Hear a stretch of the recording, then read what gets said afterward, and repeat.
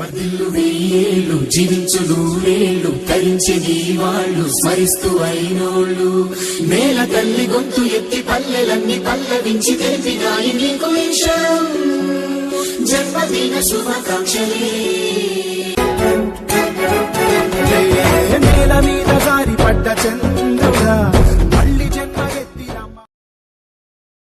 నన్ను నీలో చూసుకోను అద్దంలా దొరికావంట అందుకే మోదీపై నాకు ఈ ప్రేమ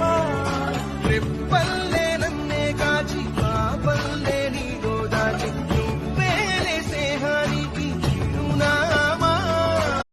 నా ప్రేమ పల్లవిలో